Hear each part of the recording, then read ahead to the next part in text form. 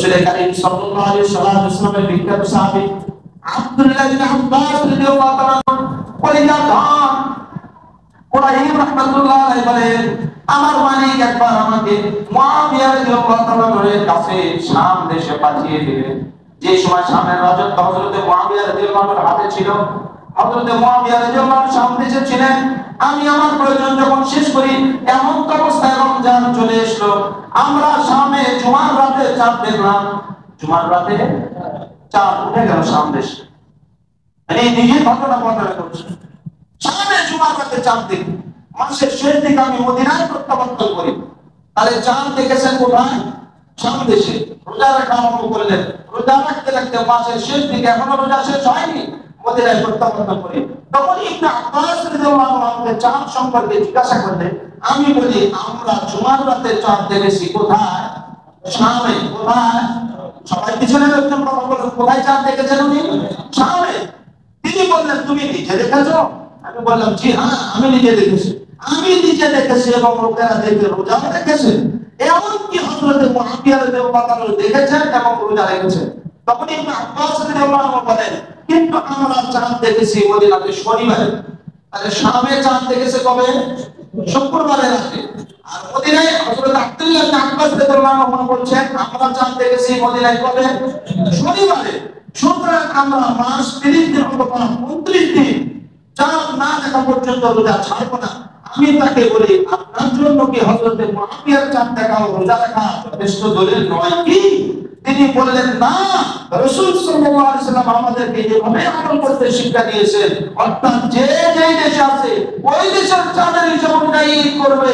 আর আমাদের বাংলাদেশের হেলাল নামক দালাল কমিটি সৌদিতে আগের দিন দেখবে, পরের দিন দেখুক আর না দেখুক খবরই ঘোষণা। 7 জন বাংলাদেশে ঈদ হবে, আর বলছে 6 জন সৌদিতে হবে। এজন্য ইসলামের বক্তব্য কোন শায়েখের বক্তব্য চলবে না, কোন ইমামের চামড়ানি চলবে না। সরাসরি হাদিস থেকে আমরা লক্ষ্য করলাম কি সিরিয়াবাসী চাঁদ দেখেছে মদিনার একদিন আগে, সেই হিসাবে মদিনাবাসী নিশ্চিত প্রথম রোজা রেখেছে। কিন্তু ইবনে আব্বাস রাদিয়াল্লাহু আনহু বলেন, আমরা সিরিয়ার চাঁদ দেখার উপর নির্ভরশীল নই, বরং আমরা ঈদ করব মদিনার উদয়স্থানে চাঁদ দেখে। এই হাদিস থেকে স্পষ্ট হলো, সৌদি আরবের চাঁদ দেখার কারণে বাংলাদেশে কোনো বিধান আরোপিত হবে না, বরং বাংলাদেশের আকাশের চাঁদ দেখা যেতে হবে।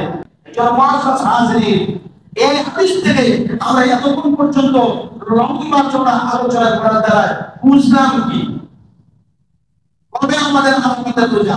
10 তারিখ না 9 তারিখ? কবে? 10 তারিখ না 9 তারিখ? সৌদির সঙ্গে মিল রেখে না? সৌদির সঙ্গে মিল রেখে না, আমাদের দেশে হিসাব করে।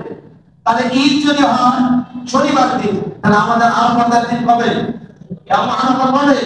শুক্রবারের দিন। আরফার রোজা সৌদির সঙ্গে মিলিয়ে নাকি বাংলাদেশের 9 তারিখের রোজা? কারণ ফিতনার জামানা, বিশেষ করে আহলে হাদিস নামধারী কিছু আহলে হাদিস নাম দিয়েছে আহলে হাদিস, না হাদিসের সাথে সম্পর্ক, না কোরআনের সাথে সম্পর্ক, না দ্বীনের সাথে সম্পর্ক, পুরোপুরি শরীয়তটাকে নিজের ইচ্ছা মতো পরিচালনা করাকে আহলে হাদিস দিয়েছে। অথচ শরীয়তের মানদণ্ডে আহলে হাদিস কারা ছিল? তদানীন্তন জামানায় আহলুল হাদিস, আহলুল হাদিস বলতে তাদেরকে বলা হতো যিনারা কমপক্ষে 1 লক্ষ হাদিসের রচন, অর্থাৎ মূল আম্বিয়া 12 হাদিস বর্ণনাকারী সাহাবী, হাদিস বর্ণনাকারীদের জীবনী সহ 1 লক্ষ হাদিস মুখস্থ শুনিয়ে দিতে পারতেন, তাদেরকে বলা হয় আহলুল হাদিস। আর এই জামানার আহলুল হাদিস যেমন গাদা গবর সূরা ফাতিহা শরীফের পড়ার সুযোগ থাকে, এরা আহলুল হাদিস হয়ে গেছে। এজন্য ইসলামটাকে ধোঁকা দেওয়ার জন্য সবাই যেন সব দিক থেকে ওত পেতে বসে আছে। হাজিরিন, খুব বিনয়ের সাথে, গুরুত্বের সাথে এই মাসআলাটা ফলো করা দরকার যে আমরা রোজা সৌদির সঙ্গে মিলিয়ে নাকি বাংলাদেশের 9 তারিখে রোজা রাখবো, কোনটা রাখবো, এই ব্যাপারে বিস্তারিত বলবার যেহেতু কোনো সুযোগ নেই, শুধু এতটুকু আমরা জানবো যে আল্লাহ রাব্বুল আলামিন বিশেষ কিছু দিনকে সম্মানিত করেছেন। এটা তো সত্য নাকি? আল্লাহ তাআলা আগে কিছু কিছু সময়কে মূল্যায়ন করেছেন। এই হাদিসটা আমরা শুনলাম একটু আগে, যেমন হাদিসের মধ্যে আছে রাসূল কারীম সাল্লাল্লাহু আলাইহি ওয়াসাল্লাম এর জন্য বলে বিশেষ বিশেষ দিন যেহেতু আল্লাহ তাআলা দেওয়া দান করা, সুতরাং আশুরা, আরাফা এগুলো আল্লাহ তাআলার পক্ষ থেকে নরবল ইবাদত করার জন্য বিশেষ এক মর্যাদা সম্পূর্ণ দিন।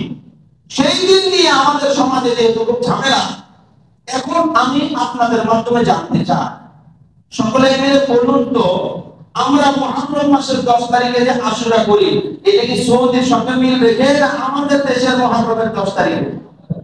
বিশাল লোকজন বলেন এটা কি সৌদির সঙ্গে মিল রেখে আশুরা করা হয় না আমাদের দেশে এই দিন 10 মুহররম হয়? অবশ্য একটাই হাদিস, নবী আশুরার ফজিলতে হাদিসে বলেছেন আরাফার মজলিসের বরকতের সময় ওই দিনকেই বলেছেন, ওই একটা হাদিসে বলেছেন। তাহলে 10 মুহররম নিয়ে সারা দেশে সারা দুনিয়ায় কোনো বাড়াবাড়ি হলো না। নয় আরাফা নয় জিলহজ নিয়ে এত বাড়াবাড়ি হঠাৎ করে আমাদের মধ্যে ঢুকিয়ে দিল। কে এই 30 মাস আমাদের ব্রেনের মধ্যে ঢোকালো? নাম্বার 1। নাম্বার 2, এই ব্যাপারে রাসূল কারীম সাল্লাল্লাহু আলাইহি ওয়াসাল্লামের নির্দেশনা কি? আমরা সরাসরি হাদিস থেকে বলি, কারণ শাহজালাল হাজার কথা মুখ থেকে যা বলবে নবী এক কথায় লক্ষ কোটি কথা চেয়ে দাবি হবে, জোরে বলেন ঠিক কিনা? সুতরাং নবীকে এই ব্যাপারে কি বলেন?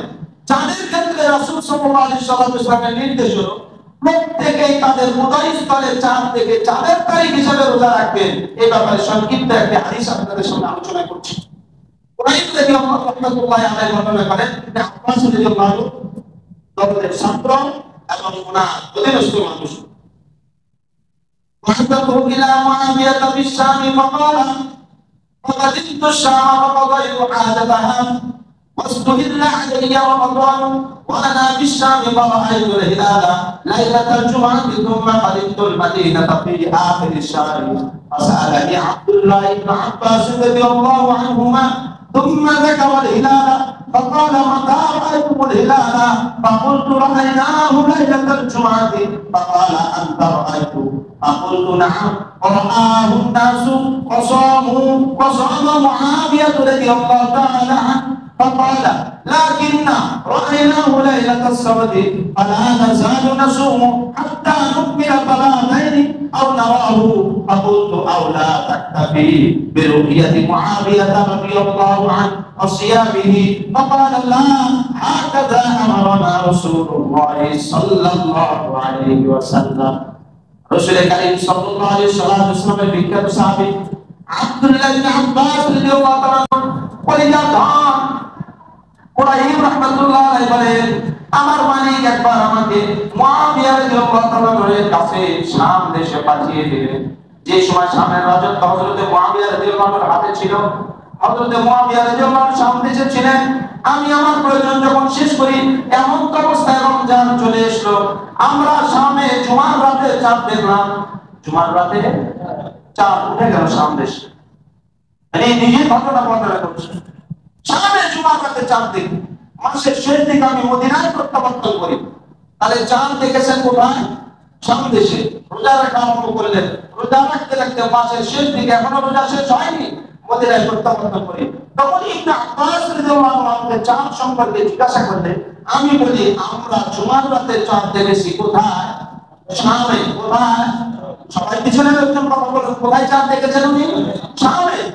তিনি বললেন তুমি নিজে দেখেছো? আমি বললাম জি হ্যাঁ আমি নিজে দেখেছি। আমি নিজে দেখেছি এবং লোকেরা দেখে রোজা রেখেছে। এমনকি হযরত মুআবিয়া রাদিয়াল্লাহু তাআলা দেখেছেন এবং রোজা রেখেছেন। তখন ইবনে আব্বাস রাদিয়াল্লাহু আনহু বলেন কিন্তু আমরা চাঁদ দেখেছি মদিনাতে শনিবারে। তাহলে শামে চাঁদ দেখেছে কবে? শুক্রবারে রাতে। আর মদিনায় হযরত আব্দুল্লাহ ইবনে আব্বাস রাদিয়াল্লাহু আনহু বলছেন আমরা চাঁদ দেখেছি মদিনায় কবে? শনিবারে। সুতরাং আমরা মাস 30 দিন অথবা 29 দিন চাঁদ না দেখা পর্যন্ত রোজা ছাড়ব না। আমি তাকে বলি আপনার জন্য কি হযরত মুআবিয়ার চাঁদ দেখা ও রোজা রাখা যথেষ্ট দলিল নয় কি? তিনি বললেন না, রাসূল সাল্লাল্লাহু আলাইহি ওয়াসাল্লাম আমাদেরকে যেভাবে আমল করতে শিক্ষা দিয়েছেন, অর্থাৎ যে যে দেশে আছে ওই দেশের চাঁদের হিসাব অনুযায়ী করবে। আর আমাদের বাংলাদেশের হেরাল নামক দালাল কমিটি সৌদিতে আগের দিন দেখলে পরের দিন দেখুক আর না দেখুক খবর ঘোষণা। 7 জন বাংলাদেশে ঈদ হবে, কারণ হচ্ছে 6 জন সৌদিতে হবে। লাখ কি লাখ লাখ টাকা দিয়ে হাসপাতাল দেখতে পারে কি দরকার? পুরো যদি ভ্যালু না থাকে লক্ষ লক্ষ টাকা খরচ করে সারা বাংলাদেশের সমস্ত ডিসিদেরকে, সারা বাংলাদেশ থেকে নির্বাচিত আলেমদেরকে, জাতীয় মসজিদের খতিবদেরকে, জাতীয় নেতাদেরকে, ধর্ম উপদেষ্টাকে, সমস্ত এত বড় বড় মানুষদেরকে লক্ষ লক্ষ টাকা খরচ করে রেখেছে কি এই কথা বলার জন্য? কবে সৌদিতে উঠবে তারপরে দিন ওপেন ঘোষণা দিয়ে দাও, মানে অনুপাস। সামনে বেঞ্চে ছাত্র বসেছে, একটা পরীক্ষা হচ্ছে, একটা অঙ্ক ভুলে গেছে, পিছনে বাবা অঙ্ক করে আমার হিসেব মিলাতে পারছে না, পিছনে এত ভুল করেছে। সামনে যে বলতেছে আমার ভুলের তো সমস্যা নেই, বলছে কাটা তুই যতবার কেটেছিস আমার তো কতবার কাটা হলো, তোরটা দেখি তো আমি নকল করতেছি। আমাদের অবস্থা চাপে কঠিন এই হয়েছে। এই জন্য ইসলামের বক্তব্য কোন শায়েখের বক্তব্য চলবে না, কোন ইমামের চাপে চলবে না। সরাসরি হাদিস থেকে আমরা লক্ষ্য করলাম কি সিরিয়াবাসী চাঁদ দেখেছে মদিনার একদিন আগে, সেই হিসাবে মদিনাবাসী নিশ্চিত প্রথম রোজা রেখেছে। কিন্তু ইবনে আব্বাস রাদিয়াল্লাহু আনহু বলে আমরা সিরিয়ার চাঁদ দেখার উপর নির্ভরশীল নই, বরং আমরা ঈদ করব মদিনার উদয়স্থানে চাঁদ দেখে। এই হাদিস থেকে স্পষ্ট হলো সৌদি আরবের চাঁদ দেখার কারণে বাংলাদেশে কোনো বিধান আরোপিত হবে না, বরং বাংলাদেশের আকাশের চাঁদ দেখা যেতে হবে। এখন এই একদিন আগে ঈদ করতে সবাই সাথে চাঁদ পুড়ে যায়, আরামীদের মাথার মধ্যে পোকা আলগা হয়েছে, রাষ্ট্রীয়ভাবে তাদেরকে আমার পৃষ্ঠপোষকতা করতে করা হচ্ছে। এতদিন পর্যন্ত জন্মে আচ্ছা বলে পৃথিবী কি আজকে সৃষ্টি হলো? এতদিন পর্যন্ত বিধানটা জানবো না। খুব খবরের কথা বলি, সারা বাংলাদেশে বাস করলে আপনাদের বুঝতে দেরি হতেও পারে। খবরের মতো এই পবিত্র আলেমুল আমাদের মাটিতেও কত ঈদুল ফিতর গাছের মতো জায়গায় 13 জন মুসল্লি এক আধা করে ইমামতি করলো, তার জন্য সময় টিভি থেকে শুরু করে একেবারে আন্তর্জাতিক মিডিয়া ফলোয়ার করতেছে। একদিন আগে ঈদুল ফিতর পূর্ববাসী সহ বাংলাদেশে সৌদির সাথে মিল রেখে ঈদ করতেছে। ওরে আমি সৌদির সঙ্গে আমাদের সময় 3 ঘন্টা পার্থক্য, তাহলে তুই যে ঈদ করবি সৌদির সাথে, ফজরের নামাজটা সৌদির সাথে পড়, ইফতারিটাও সৌদির সাথে পড়। কারণ সৌদিতে যখন ইফতারি করবে আমাদের বিকাল 3টা, তাহলে তুই ইফতার করবি ও সৌদির সাথে রোজা রাখবি, সৌদির সাথে ইফতারি করবি না, সৌদির সাথে শুধু ঈদ করবি, সৌদির সাথে ফজর করবি না। এইটা যে মায়ের সারা কোনো ওষুধ নাই, এর কি আর নতুন ব্যাখ্যার দরকার আছে? এজন্য সব কথাই হয় না, কিছু কাজ করে দেখাই দাও। যদি সব কিছুতেই যদি কথা দিয়ে হতো, তাহলে দেশে জেলখানা কেন বানাইছে? ভালো মানুষকে ধরে পুড়িয়ে রাখার জন্য? বলেন ভালো মানুষকে জেলখানায় পুড়িয়ে রাখার জন্য জেলখানা, নাকি বদমাইশদেরকে সাহায্য করার জন্য জেলখানা? কিন্তু বড় পরিতাপের বিষয়, আমাদের দেশের ভালো মানুষগুলি যেমন জেলখানার বাসিন্দা হয়ে গেছে, আর চোরটাও যেমন রাজনৈতিক ছত্র ছায়া ক্ষমতার অপব্যবহারের কারণে বাইরে যেমন ঘুরছে, আমাদের দেশে ইসলামের অবস্থা তাই হয়েছে। কে ইসলাম মানবে কে মানবে না তাও খবর নাই, কিন্তু ইসলামের মধ্যে যেন ফেতনার কোনো শেষ নেই। এই জন্য মুআজ্জাজ হাজিরিন, এই হাদিস থেকে আমরা এতক্ষণ পর্যন্ত লম্বা চড়া আলোচনা করার দ্বারা বুঝলাম কি, কবে আমাদের আরাফাতের রোজা? 10 তারিখ না 9 তারিখ? কবে? 10 তারিখ না 9 তারিখ? সৌদির সঙ্গে মিল রেখে না, সৌদির সঙ্গে মিল রেখে না, আমাদের দেশে এটা বলে। তাহলে ঈদ যদি হয় শনিবার দিন, তাহলে আমাদের আরাফাতের দিন কবে? আরাফা কবে?